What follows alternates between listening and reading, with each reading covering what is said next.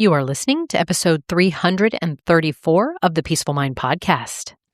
Welcome to the Peaceful Mind Podcast, a place where you can move out of overwhelm and into a calm, confident motherhood with God at the center. I'm Danielle, certified life coach, Catholic mom, and creator of the Cyclone Mom Method. I help you create emotional steadiness and peace of mind from the inside out, so you can experience more balance and more joy in your busy mom life. In the name of the Father, and of the Son, and of the Holy Spirit, let's get started. Hello, everyone, and welcome back to the Peaceful Mind Podcast. I'm your host, Danielle, and I am so glad you're here with me today. If you're listening to this right when it comes out, brand new, we are in the middle of summer. Today's episode and the next few will be released in July of 2026. And I want to be mindful, right? It's summertime. I know what that means for most of you, my listeners. It means that our schedule has shifted. The kids are home more. The activities are a little different. And somehow the days feel both more relaxed, I hope, and more full at the same time, right? So I want to honor that. So I'm actually challenging myself to make this month's of episodes be shorter, quick, to the point, so that you can get back to that awesome summertime that I hope you are enjoying. Right? I'm just going to intentionally keep them a little shorter. And I of course want to give you something meaningful and useful, but sometimes in the summer I do replay past episodes, even giving myself a break, right? But I just have such a big content library of ideas in my ideas notes on my phone. And some of these I just am really wanting to get out. So I decided, Danielle, just challenge yourself to make them a little bit shorter. And it's kind of ironic as I'm sitting here thinking that I feel like I'm running on to explain this is probably making it even longer. Anyways, let's jump in then. Today's episode, I want to talk to you about something that I think is quietly stealing a lot of peace from your life without you probably even realizing it. And what the title of the episode and what I want to help you do is I want to help you sit in satisfaction, because I do believe that if you do this, you will have more peace in your life and in your motherhood. And so today's episode is about how to do that, how to sit in satisfaction. So here's where what I want you to think about here at the beginning. When something good happens in your life, when you accomplish something, when things, as our brains will tell us, finally come together, or when you reach a goal, cross a finish line, get through a hard season, or have just a genuine, beautiful moment, maybe with your kids that you actually stop and recognize as being a beautiful moment. What happens next? For most of us, the answer is we move on, and we move on quickly. We check it off. We might feel that brief flash of relief or happiness, and then almost immediately our mind is already scanning for what still needs to be done, for what's next, for what we haven't figured out yet. The satisfaction of accomplishing or having a great moment, it barely lands before we're on to the next thing. And it literally is the nature of our brains. So this is what I want to help you kind of overcome, override, and practice. And what I want you to understand about that, I realize we move on not because we're ungrateful. It's not because we don't care that we accomplish that. It's actually just the way our brains are wired, right? The human brain, it's a problem-solving machine. It's always looking ahead. It's always scanning for what needs to be addressed. And that did serve us well at some point back in our history. But in everyday modern mom life, which is what I am speaking to, it means we're almost never fully receiving the good that's already here. We finish a great morning with the kids, and before lunchtime, we're already mentally rehearsing the afternoon. We finally clean out the closet we've been putting off for months, and rather than feeling that sense of accomplishments kind of settle in, we notice 3 other things that still now need our attention. We come out of hard seasons, and instead of exhaling, right, when we were in that hard season, we couldn't wait to be out of it. But now we're there, but we're bracing ourselves for the next hard season around the corner. Does any of that sound familiar to you? So I want to bring up the question, what does it actually mean to sit in satisfaction? And then also because I truly believe this will bring more peace to your life, more peace of mind. Here's what it doesn't mean, right? It doesn't mean we become complacent.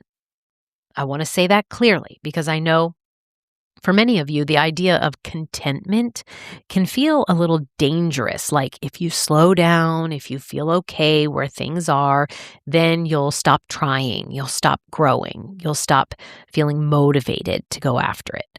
And this is not what I'm teaching here. Sitting in satisfaction, it is a skill, like many of the things I hope and want for you all to build and to experience requires this skill building. It's sitting in satisfaction. It's the intentional practice of letting good things actually register in your body, in your mind, and your heart before you move on. That's the key. It means pausing long enough to say to yourself, this is good. What I did matters. What just happened here was real, and it deserves for you to receive it. So think about it this way. If a friend came to you and said, I finally did the thing I was working towards, you wouldn't say, great, so what are you doing next? You would stop. You'd celebrate with her. You'd let her feel it. And we need to learn to do that for ourselves. And I believe this deeply. When you learn to sit in satisfaction, feel content more often, more regularly, you will feel that more satisfaction. You'll have more experiences to feel more satisfied and more content, that you will grow in this wonderful feeling. Not because your circumstances changed, but because you are actually receiving your life and the goodness instead of just running right through it. Right now, just that whole stop to smell the roses kind of bubbles up for me. And here's the connection I want you to make. So much of what drives our restlessness, our kind of low-grade anxiety, our sense that something is always a little off, it isn't actually about what we don't have. I think it's about not fully inhabiting what we do have. Because contentment, it's not like a personality type. It's not like you have the chromosome of contentment or not. It's not something that some people naturally have or others don't. It's a practice. And like any practice, it grows the more you consciously do it. Paul wrote about this in Philippians. He said he had learned to be content in all circumstances. Learned. That word has always stood out to me. He did not say he was born content. He said he learned it, which means it's a skill, which means you can develop it too. And when you do, something will shift. And this is what I'm after for you all. Shifts, change, transformation, ones that are always leading you to more joy, more balance, more peace, more calm, more in control, more confidence of your life, in your life. The quiet moments they stop feeling like nothing is happening and they start feeling like rest. Your ordinary days stop feeling like they're getting in the way of real life and they start feeling like they are real life. And the sense that you always need more, that you're always a little behind, that satisfaction is always just one more thing away, that actually starts to soften and loosen up. And when you find that place, that's where more peace lives. Not in the getting more done, in receiving more of what's already here. So let me give you something practical. This week, I want you to try what we'll just call, it's not like this any, fancy name, the satisfaction pause. It's simple. When something goes well, when you accomplish something, when you have a good moment, when you get through something hard, when you notice something that feels genuinely good, stop for 60 seconds. Yes, just 60 seconds. And in those 60 seconds, I want you to ask yourself 3 things. What just happened here? What did that take from me? What do I want to remember about this? You don't need to journal it, though you could if you want, right? And you don't even have to share it with anyone. You just need to let it land. Let your mind actually acknowledge it. Let your body settle into it for a moment before moving on. And let's just talk about a few real examples of what this could look like, because I do want you to be able to picture it in your own life. And I know that I have a variety of listeners with moms in different stages of where your kids are. So let me try to kind of speak to many of the stages. Okay, so maybe you have a toddler and they finally slept through the night. Maybe they have a hard time sleeping and they're sleeping through the night. And this had been like the first time in weeks. And instead of grabbing your phone or starting like the mental checklist for the day, you sit on the edge of your bed for 60 seconds and you let yourself feel that. Like you sit in the satisfaction that you had a win, that it mattered that you went through those hard few weeks and then now you're at this place. Like you soak in, be satisfied that that took place. Maybe your teenager came to you and actually opened up about something that was going on in their life. I know, sometimes we say that's a miracle. And at the moment that the conversation ends, your instinct is to jump into problem-solving mode or, go tell your spouse about it. But what if instead you paused and said to yourself, she or he came to me. That is something. That is worth receiving. And again, for 60 minutes, just feel satisfied. See the amazingness of it and just really soak it in. Maybe you made it through a whole week of dinners at home when you said you would. Or you had a hard conversation with your husband and it actually went well. Or you kept your cool in a moment where the old version of you would have completely lost it. These are not small things. But what I know is that you most likely treat them like they are. Or maybe it's something that's even a little bit more quieter. Let's say your college-age daughter called just to talk. Maybe your kids played together for an hour without you having to be the referee. Maybe you sat outside in the evening and it was actually peaceful. Maybe you finished something you've been putting off for months. I'm just trying to give examples here that knowing that these moments, they pass so quickly and we let them pass quickly. And today I'm offering, how about we don't let them pass so quickly, right? The satisfaction pause, again, is just the practice of saying, not this time, that this one, I'm going to make it count.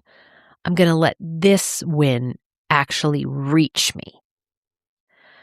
I just think, again, it's a small habit. And when small habits are practiced consistently, they start to rewire your brain. And that rewires the way you move through your days. And then you start to notice there's actually more good and you feel better. And then your brain will start to collect even more things that are already good and present in your life that your brain was not giving you credit for.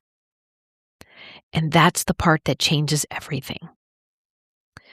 So, at this point, when you're listening to this episode, here is my gentle invitation to you. Before you race past the good, pause, let it in, let it count. You literally are building something so beautiful in your life and with your family, even in the everyday, in the ordinary, daily routines that are imperfect, that quiet Tuesday afternoon, or maybe that chaotic Tuesday afternoon that will seem so completely kind of ordinary or forgettable in the moment, and a completely irreplaceable memory is what it could become if you're somebody who learns how to sit in satisfaction. Learn to sit in it. Don't skip over the good. That is where contentment grows. And contentment, mama, it's one of the quietest and most powerful forms of peace there is. All right. I hope that, I think I did keep this a little shorter than the norm. And as always, at this point, if this episode has resonated with you, I'd be so grateful if you knew of another mom to share this with, or the podcast in general, who might need to hear the messages that are given on it. Okay, everyone. Thank you so much for being here. I love you all. And until next time, may peace be with you always. Thank you for listening to the Peaceful Mind podcast. If you've been feeling a quiet desire for more peace and steadiness in your motherhood, I invite you to take the next step by scheduling a Peaceful Mom strategy call at danielleteenel.com. You'll also find the link in the show notes. It would be an honor to support you at any stage of your motherhood journey.